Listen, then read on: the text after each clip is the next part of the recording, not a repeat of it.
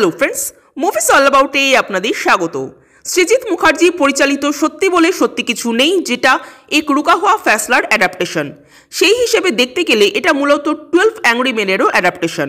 কিন্তু আমরা এক রুকা হুয়া ফ্যাসলাকে মাথায় রেখেই আলোচনা করব, 12 অ্যাংরি মেনের প্রসঙ্গে যাচ্ছি না।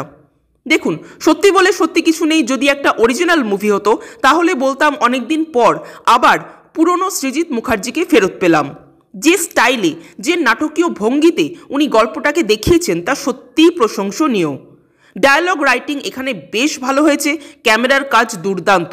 কিন্তু এই সব কিছু তো এতটা প্রশংসা তখনই ডিজার্ভ করতো যদি এটা মৌলিক গল্প হতো।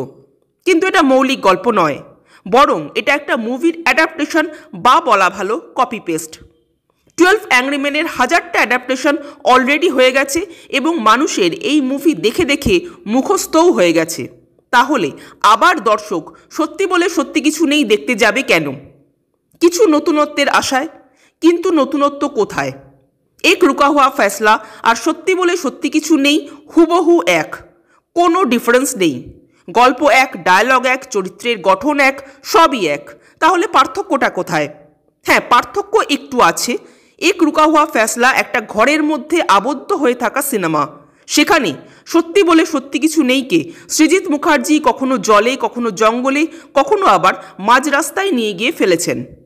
দু একটা চরিত্রকে টুকটাক বদল করে তাদের একটা ব্যাকগ্রাউন্ড দিয়েছেন এবং পরমব্রত চ্যাটার্জির চরিত্রটির মধ্যে একটু নতুনত্ব এনেছেন। ব্যাস, এর বেশি আর কিচ্ছু না।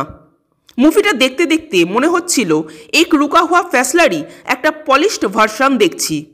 এই মুভি এক রুকা হুয়ার কপি পেস্ট ছাড়া আর কিছুই না।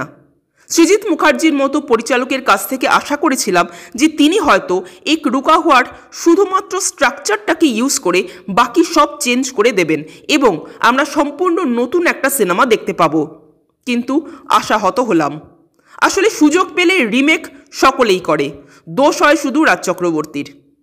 তবে এই মুভিতে সবচেয়ে ভালো যে জিনিসটা আমার লেগেছে সেটা হলো তোমার ঘরে বসত করে কয়জনা গানটার প্লেসমেন্ট এবং সকলের অভিনয়, এক্সেপ্ট পরমব্রত চ্যাটার্জি। পরমব্রত এই রোলটা জাস্ট পারেননি। কখনো কখনো মনে হয়েছে তিনি একটু বেশি ন্যাকামি করে ফেলছেন, আবার কখনো মনে হচ্ছে তিনি খুব স্বাভাবিক নর্মালভাবেই কথা বলছেন, যেরকম ডায়ালগ তিনি বলে থাকেন। ন্যাকামি আর স্বাভাবিকতার মধ্যে যে ব্যালেন্সটা থাকতে হতো সেটা পরমব্রত জাস্ট করে উঠতে পারেননি। দেখুন, পরমব্রত বা সৃজিতের মতো শিল্পীর সমালোচনা করার মতো বোদ্ধা আমি এখনো হইনি, কিন্তু একজন সাধারণ অডিয়েন্স হিসেবে এই মুভিতে নতুনত্ব কিছুই নেই, কেবলমাত্র আর্টিস্টিক চেঞ্জ আর মেকআপ ছাড়া। কিন্তু ওইটুকুর জন্য তো নিশ্চয়ই এত টাকা খরচা করে মুভি দেখতে যায়নি। যাই হোক, সত্যি বলে সত্যি কিছু নেই নিয়ে সত্যিই আমার কিছু বলার নেই। এই ছিল আমার রিয়াকশন। আপনাদের মুভিটা কেমন লেগেছে কমেন্ট করে জানাবেন, আর আমাদের ভিডিও ভালো লেগে থাকলে প্লিজ লাইক, শেয়ার ও সাবস্ক্রাইব করতে ভুলবেন না। Thank you.